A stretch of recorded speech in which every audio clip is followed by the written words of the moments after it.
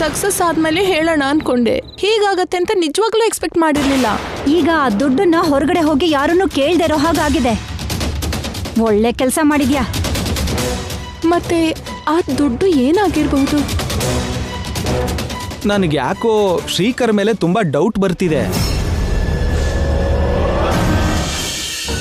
ಶ್ರೀಕರ್ ಅವರು ನನ್ನ ಸೇವ್ ಮಾಡೋದಕ್ಕೆ ಹಾಗೆ ಹೇಳಿದ್ರ, ಇಲ್ಲ ಅಂದ್ರೆ ನಿಜವಾಗ್ಲೂ ಆಫೀಸ್ ಅಗತ್ಯಕ್ಕೆ ಆ ದುಡ್ಡನ್ನು ಉಪಯೋಗಿಸ್ಕೊಂಡ್ರ?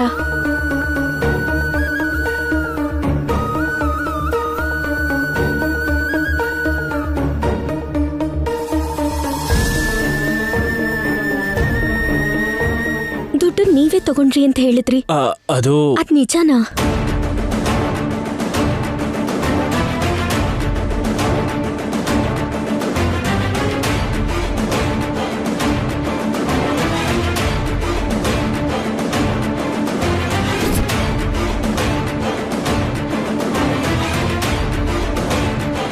ಆಫೀಸ್ಗೋಸ್ಕರ ಉಪಯೋಗಿಸ್ಕೊಂಡ್ರಿ ಅಂದ್ರಿ, ಅದು ಸುಳ್ಳು.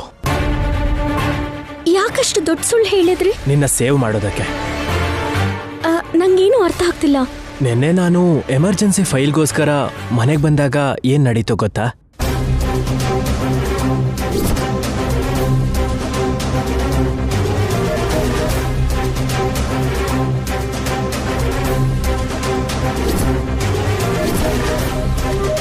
ಸುಜಾತಾಗೆ 5 ಲಕ್ಷ ಕೊಡ್ತೀನಿ ಅಂತ ಮಾತು ಕೊಟ್ಟಿಯಲ್ವಾ ಅವನಿ? ನಿಂಗೆ ಹೇಗ್ ತೊಂದ್ರೆ ಕೊಡ್ತೀನಿ ನೋಡ್ತಾ ಇರು.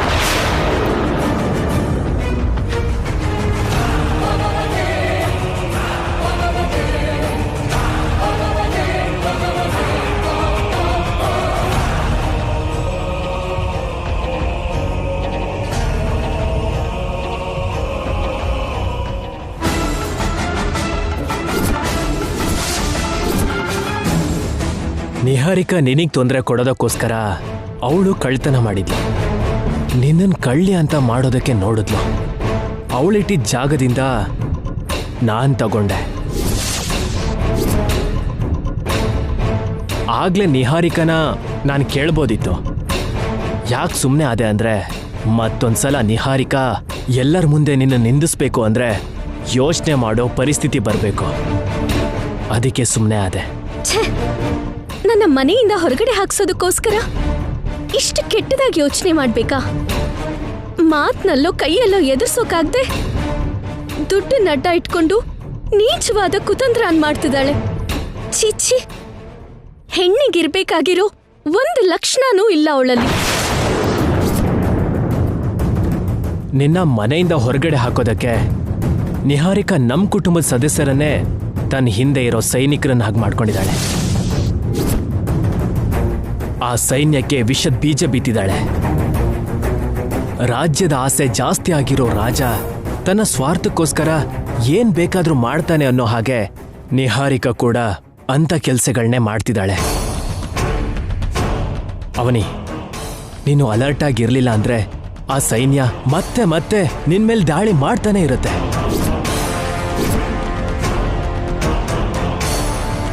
ನನ್ನನ್ನು ಕಾಪಾಡೋದಕ್ಕೆ ನೆರಳಿನ ಹಾಗೆ ನೀವಿದ್ದೀರಾ. ನಿಹಾರಿಕಾಗಿರೋ ಸೈನ್ಯಕ್ಕಿಂತ ನನ್ನ ಹಿಂದೆ ನಿಂತಿರೋ ದೊಡ್ಡ ಸೈನ್ಯ ನೀವು. ನನ್ನ ಕುತ್ತಿಗೆನಲ್ಲಿ ನೀವು ಕಟ್ಟಿರೋ ತಾಳಿ ಇದೆ. ನನ್ನನ್ನು ಹೊರಗಡೆ ಕಳಿಸೋದಕ್ಕೆ ಅವರಿಂದಾಗಲ್ಲ. ನಿಹಾರಿಕಾ ಬರೋಕ್ಕೂ ಮುಂಚೆ ಒಂದ್ಸಲ ಅದಕ್ಕೆ ಅವರು ನಿನ್ನನ್ನು ಹೊರಗಡೆ ಕಳಿಸಿದ್ರು. ಆ ಘಟನೆನ ಸಹಿಸ್ಕೊಳ್ಳೋಕೆ ಎಷ್ಟು ಕಷ್ಟ ಆಯ್ತೋ ನನಗಿನ್ನು ಕಣ್ಮುಂದೆ ಕಾಣಿಸ್ತಾನೆ ಇದೆ. ಮತ್ತೊಂದ್ಸಲ ರಿಪೀಟ್ ಆಯ್ತು ಅಂದ್ರೆ ತಡ್ಕೊಳ್ಳೋದು ತುಂಬಾ ತುಂಬಾ ಕಷ್ಟ ಅವನಿ. ಈ ಸರಿ ಪರಿಸ್ಥಿತಿಗಳು ಹೇಗೆ ಬಂದ್ರೂ ಸರಿ, ನಾನ್ ನಿಮ್ಮನ್ನು ಕಳ್ಕೊಳ್ಳೋದಿಲ್ಲ. ಖಂಡಿತ ಕಳ್ಕೊಳ್ಳಲ್ಲ.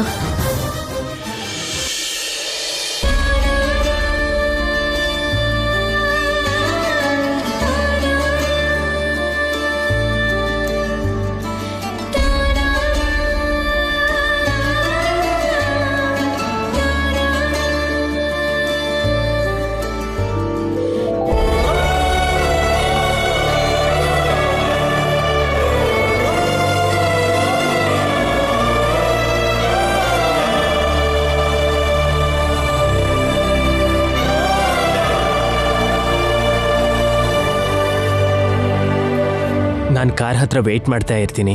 ಯಾರು ನೋಡ್ದಿರೋ ಹಾಗೆ ಬೇಗ ಬಂದ್ಬಿಡು. ಎಲ್ಲಿಗ್ರಿ? ಹೇಳ್ತೀನಿ, ಬೇಗ ಬಾ.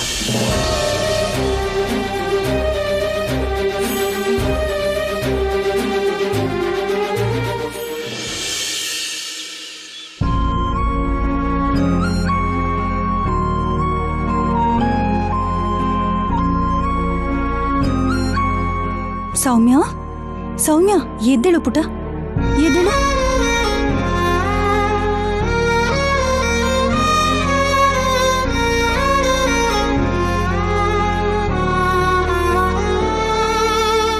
ಈ ಟಾನಿಕ್ ಕುಡಿ.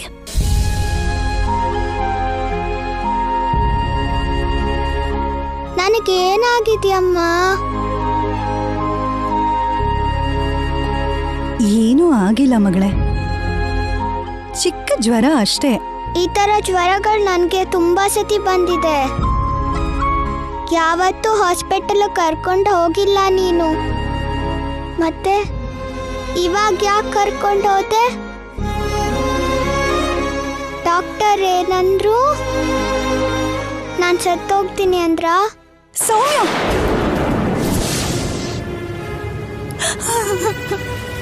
ಸೌಮ್ಯ,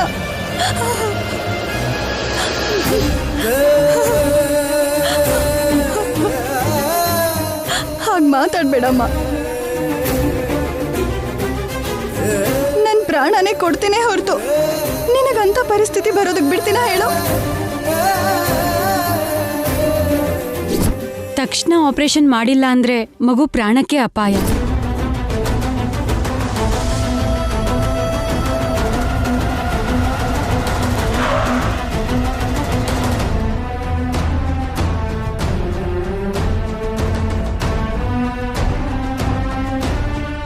ಏನ್ರಿ, ಅಕ್ಕನ ಮನೆಗೆ ಯಾಕೆ ಕರ್ಕೊಂಡ್ ಬಂದ್ರಿ?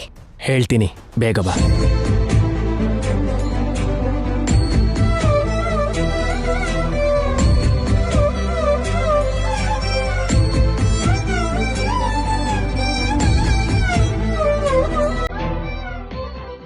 ಸೌಮ್ಯ, ಹಾಯ್ ಸೌಮ್ಯ, ಹಾಯ್ ಚಿಕ್ಕಪ್ಪ. ಹೇಗಿದೀಯಾ? ನನಗೇನಾಗಿದೆ ಅಂತ ಅಮ್ಮನ್ ಕೇಳ್ತಾ ಇದ್ರೆ ಅಮ್ಮ ಹೇಳ್ತಾ ಇಲ್ಲ ಚಿಕ್ಕಪ್ಪ.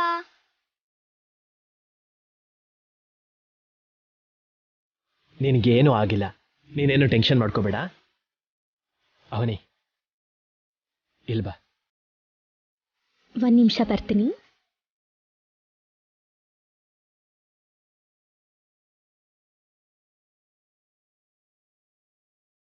ನಿನ್ನ ಅಕ್ಕನಿ ಕೊಡು.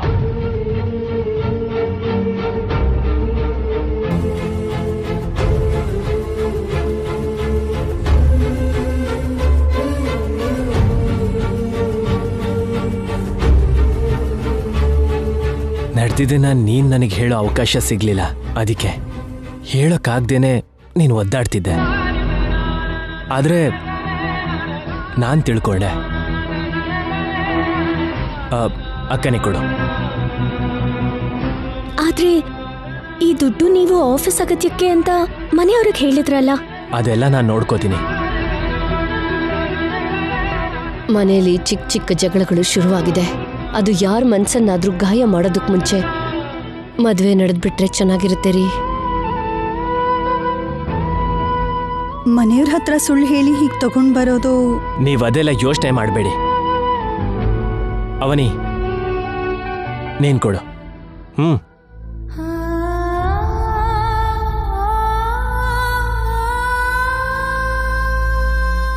ತಗೋ ಅಕ್ಕ.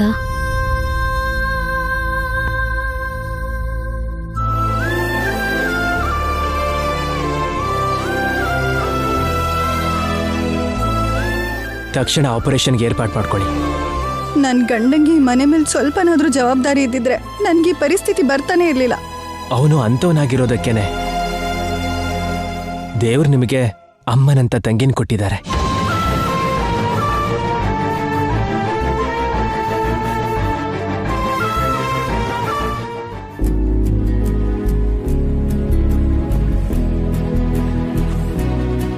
ಏನಂದ್ರೆ ಕಾರ್ ನಿಲ್ಸಿ. ಏನಾಯ್ತು? ಸುಜಾತ ಅವ್ರ ಮನೆ ಮುಂದೆ ಶ್ರೀಕರ್ ಕಾರ್ ಇದೆಯಲ್ಲ,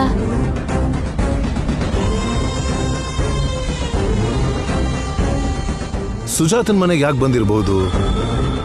ಅವನೀನು ಬಂದಿರ್ತಾಳ ಏನೋ? ನೋಡೋಣ ಬನ್ನಿ.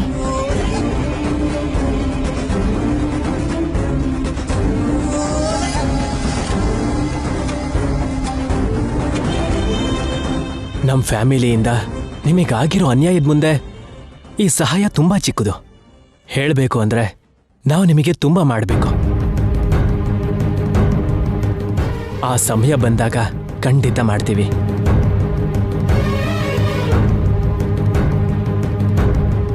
ಈ ದುಡ್ಡಿಂದ ಸೌಮ್ಯ ಅಪಾಯದಿಂದ ಪಾರಾದ್ರೆ ನಮಗೆ ತೃಪ್ತಿ ಆಗತ್ತೆ. ಏನೇ ಆದ್ರೂ ಅತ್ತೆ ಮಾವಂಗ್ ಗೊತ್ತಿಲ್ದೇನೆ ಈ ದುಡ್ಡನ್ನು ಉಪಯೋಗಿಸ್ಕೊಳ್ಳೋದು ಕರೆಕ್ಟ್ ಅಲ್ಲ ಅನ್ನಿಸ್ತಿದೆ ರೀ.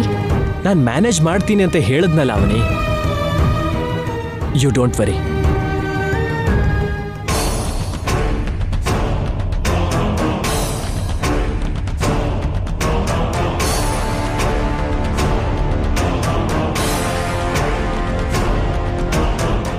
ಕೆಲವರಿಂದ ನಮ್ ಕುಟುಂಬನೇ ನಾಶ ಆಗೋಯ್ತು. ಅದಕ್ಕೆ ನಾವೇನ್ ಮಾಡ್ಬೇಕು? ಮತ್ತೆ ಮನುಷ್ಯರು ಸತ್ತೋಗೋದಕ್ಕೆ ಕಾರಣವಾದವ್ರಿಗೆ ಎಂತ ಶಿಕ್ಷೆ ಕೊಡ್ಬೇಕು? ನೀವು ಪಾರಿವಾಳಗಳಲ್ಲ, ಹಾವುಗಳು.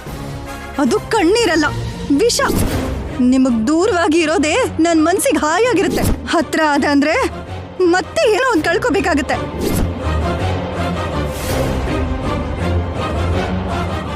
ಯಾಕಲ್ಲೇ ನಿಂತೆ ವೇದ? ಏನ್ ಮಾತಾಡ್ತಿದಾರೋ ನೋಡೋಣ ನಡಿ. ನಾವ್ ಎದ್ರು ಬಂದ ಪ್ರತಿ ಸಲನೂ ಏನೋ ಹೇಳ್ತಾನೆ ಇರ್ತಾಳೆ. ಜೊತೆಗಿವಾಗ ತನ್ನ ಮಗಳ ಆರೋಗ್ಯ ಬೇರೆ ಚೆನ್ನಾಗಿಲ್ಲ, ನೋವಲ್ಲಿರ್ತಾಳೆ. ನಮ್ಮನ್ನ ನೋಡಿದ್ರೆ ಜಗಳ ಮಾಡ್ತಾಳೆ ರೀ. ಹೊಟ್ಟೋಗೋಣ ಬನ್ನಿ. ಅಮ್ಮ ಅಪ್ಪನಿಂದ ಆಗಿರೋ ತಪ್ಪಿಗೆ ನಾನ್ ಮಾಡಿದ್ದು ಚಿಕ್ಕ ಪ್ರಾಯಶ್ಚಿತ ಅಷ್ಟೆ. ಇನ್ನೇನು ಯೋಚನೆ ಮಾಡಬೇಡಿ. ಮೊದಲು ನೀವು ಹಾಸ್ಪಿಟಲ್ಗೆ ಹೋಗೋ ಏರ್ಪಾಡು ಮಾಡ್ಕೊಳ್ಳಿ. ನಾವು ಹೊರಡ್ತೀವ್ರಿ. ಸೌಮ್ಯ ಬಾಯ್. ಬಾಯ್ ಚಿಕ್ಕಪ್ಪ. ಟೇಕ್ ಕೇರ್ ಪುಟ್ಟ. ಅಕ್ಕ, ಸಮಯ ನೋಡ್ಕೊಂಡು ನೀನು ಇಲ್ಲಿ ವಿಷಯ ಎಲ್ಲ ನನಗೆ ತಿಳಿಸ್ತಿರು. ಸರಿ ಅವನಿ. ಸರಿ ಅಕ್ಕ, ಹೋಗಿ ಬರ್ತೀನಿ.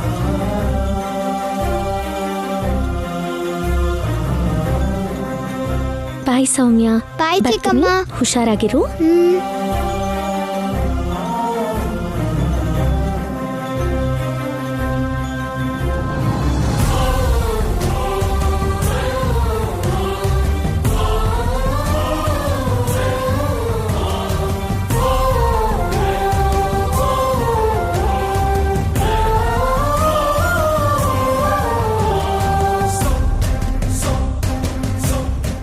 ಅವನಿ, ನನಗೆ ಚಿಕ್ಕ ವರ್ಕ್ ಇದೆ, ನಾನು ಹೊರಡಬೇಕು. ಸರಿ ರೀ, ನಾನು ಆಟೋಲ್ಲ ಹೋಗ್ತೀನಿ. ಸರಿ, ತುಂಬಾ ಥ್ಯಾಂಕ್ಸ್ ರೀ. ಥ್ಯಾಂಕ್ಸ್ನ ಹೀಗೆ ಹೇಳಿದ್ರೆ ನನಗೆ ಸ್ಯಾಟಿಸ್ಫ್ಯಾಕ್ಷನ್ ಇರಲ್ಲ. ಮನೆಗೆ ಬಂದ್ಮೇಲೆ ಮುತ್ಕೊಟ್ಟು ಹಗ್ ಮಾಡಿ ಹೇಳಬೇಕು. ಅವನಿ, ಆದ್ರೂ ನಮ್ಮ ಮಧ್ಯೆ ಥ್ಯಾಂಕ್ಸ್ ಯಾಕೆ? It's my responsibility. ಬಾಯ್. ಬಾಯ್.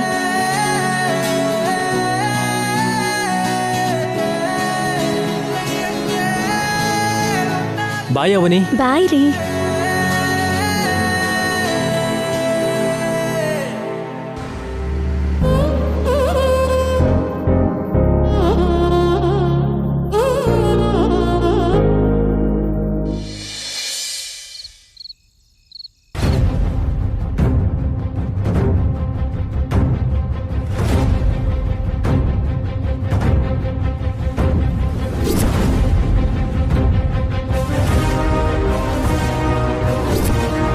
ಶ್ರೀಕರ್ಗೆ ಸುಜಾತ ಮನೆಗೆ ಹೋಗುವಂತ ಅಗತ್ಯ ಏನ್ ಬಂದಿದ್ಯೋ ಅರ್ಥ ಆಗ್ತಿಲ್ಲ ರೀ. ಕರೆದಿದ್ದೀವಲ್ಲ, ಬಂದ್ಮೇಲೆ ವಿಚಾರಿಸ್ಕೊಳ್ಳೋಣ.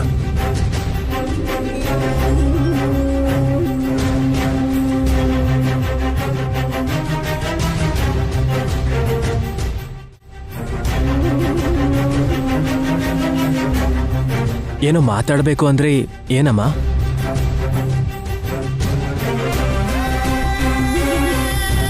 ಕೆಲವು ವಿಷಯಗಳು ಮನಸ್ಸಿನಲ್ಲೇ ಇಟ್ಕೊಂಡು ಕೊರಗೋದಕ್ಕಿಂತ ಕೇಳಿದ್ರೆ ಅನುಮಾನಗಳು ದೂರ ಆಗತ್ತೆ ಅಂತ ಅನ್ನಿಸ್ತು. ಅದಕ್ಕೆ ಕರೆದ್ವಿ.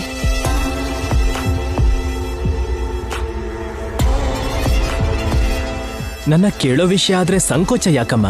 ಕೇಳಿ. ಸುಳ್ಳು ಹೇಳೋಲ್ಲ, ನಾವು ನಂಬಿಕೆ ಇಟ್ಕೊಂಡು ಕೇಳ್ತಿದೀವಿ. ಸುಳ್ಳನ್ನ ಕೆಲವು ಜನ ಎದುರುಗಡೆ ಇರೋರ್ನ ಮೋಸ ಮಾಡೋದಕ್ಕೆ ಉಪಯೋಗಿಸ್ತಾರೆ. ಇನ್ನು ಕೆಲವು ಜನ ಅಪಾಯದಿಂದ ಪಾರಾಗೋದಕ್ಕೋಸ್ಕರ ಹೇಳ್ತಾರೆ. ನೀವೇನ್ ಕೇಳಬೇಕು ಅನ್ಕೊಂಡಿದ್ದೀರೋ ಕೇಳಿ, ನಿಜಾನ ಹೇಳ್ತೀನಿ. ಯಾವ ವಿಷಯದ ಬಗ್ಗೆ ಕೇಳ್ಬೇಕನ್ಕೊಂತಿದ್ದಾರೆ? ನೀನು ಸುಜಾತನ್ ಮನೆಗೆ ಯಾಕೆ ಹೋಗಿದ್ದು?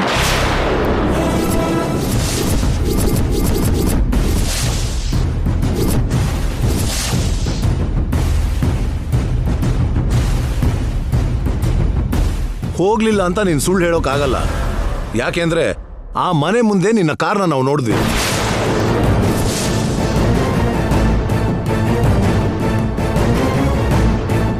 ನಿಜ ಹೇಳಿಲ್ಲ ಅಂದ್ರೆ ನನ್ ಮೇಲ್ ಆಣೆ.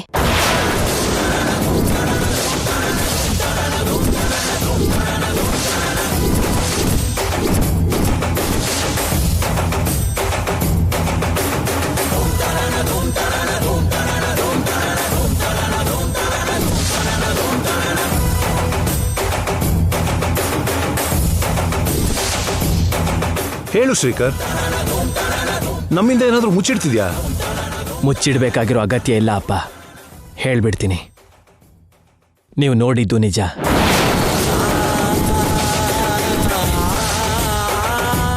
ಯಾಕೆ ಹೋಗಿದ್ದೆ ಅಂದ್ರೆ ಸುಜಾತ್ ಅವ್ರ ಮಗಳಿಗೆ ಆರೋಗ್ಯ ಚೆನ್ನಾಗಿಲ್ಲ ಅಂತ ಅವನೇ ಹೇಳಿದ್ಲು. ಅದಕ್ಕೆ 5 ಲಕ್ಷ ಸಹಾಯ ಮಾಡೋದಕ್ಕೆ ಹೋಗಿದ್ದೆ.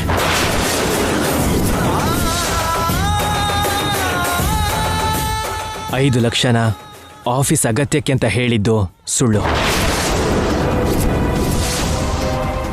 ಇದೇ ನಿಜ. ಆ ದುಡ್ಡಿಂದ ಆ ಮಗುಗೆ ಆಪರೇಷನ್ ನಡೆಯುತ್ತೆ.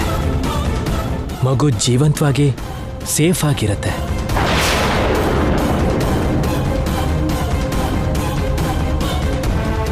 ನೀನ್ ಮಾಡಿ ತಪ್ಪಲ್ಲ ಕಣೋ, ಆದ್ರೆ ಅವನಿನ 5 ದಿನ ಆ ಮನೇಲಿ ಇಟ್ಕೊಂಡಿದ್ದಕ್ಕೆ 5 ಲಕ್ಷ ಕೊಟ್ಟು ಬರ್ತೀಯ? ಆ ಕಾರಣದಿಂದ ಮಾತ್ರ ಕೊಡ್ಲಿಲ್ಲ ಅಪ್ಪ. ಸುಜಾತ ನನ್ನ ಸೋದರತ್ತೆ ಮಗಳು ಅಂತ ಕೊಟ್ಟೆ.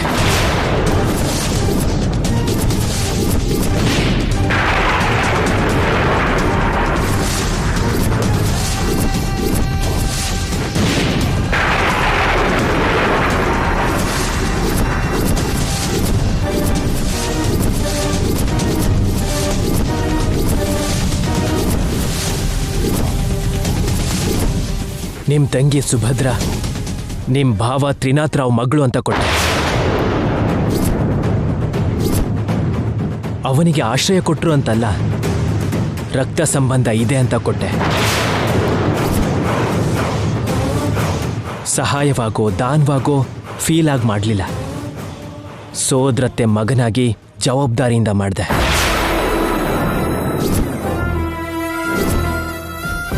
ನಮ್ಮಿಂದ 2 ಪ್ರಾಣಗಳು ಬಲಿಯಾಗಿ ಹೋಗಿದೆ.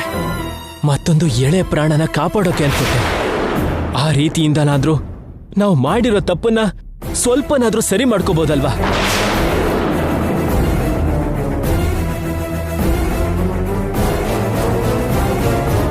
ಈ ವಿಷಯಗಳೆಲ್ಲ ನಿನ್ಗೆ ಹೇಗೆ ಗೊತ್ತು?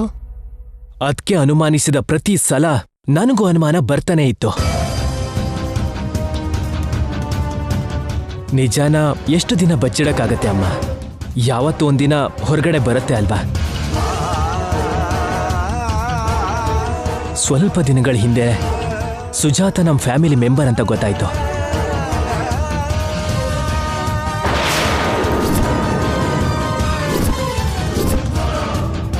ನಿಮ್ಮ ಮೇಲೆ ತುಂಬ ಕೋಪದಲ್ಲಿರೋದಕ್ಕೆ ಈ ವಿಷಯನ ನಿಮ್ಮ ಹತ್ರ ಹೇಳ್ಬೇಡಿ ಅಂದ್ರು.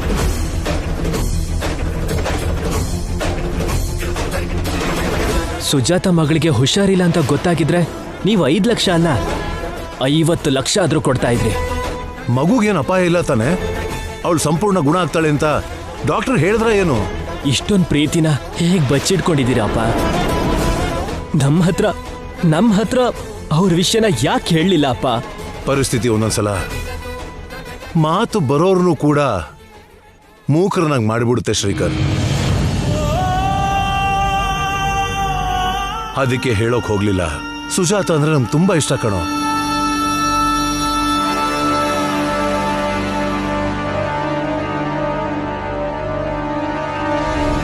ನಮ್ಮ ಮೇಲಿರೋ ಅವಳು ಕೋಪನೇ ನಮ್ಮನ್ನ ಈ ರೀತಿ ದೂರ ಮಾಡಿರೋದು. ಮಾವ, ನನಗಿಂತ ಕಷ್ಟ ಬಂದಿದೆ ಅಂತ ಒಂದು ಮಾತು ಹೇಳಿದ್ರೆ ನನ್ನ ಆಸ್ತಿ ಎಲ್ಲ ಪೂರ್ತಿ ಕೊಟ್ಬಿಡ್ತಿದ್ದೆ.